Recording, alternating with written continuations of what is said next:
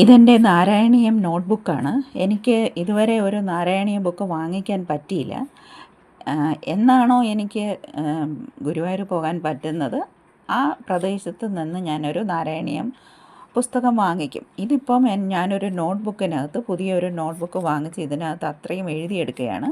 ആ സാർ പറയുന്ന കുറേ എക്സാമ്പിൾസും സ്റ്റോറീസുമൊക്കെ അദ്ദേഹം 10 ശ്ലോകങ്ങൾ പഠിപ്പിച്ച് തീർന്നപ്പോൾ അപ്പോഴാണ് ഈ വർഷത്തെ ജന്മാഷ്ടമി വന്നത്.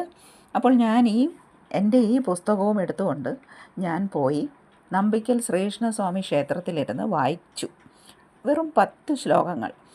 ആദ്യത്തെ ശ്ലോകം മാത്രം നല്ലതായിട്ട് ട്യൂണിട്ട് പാടാനറിയാം. അപ്പോൾ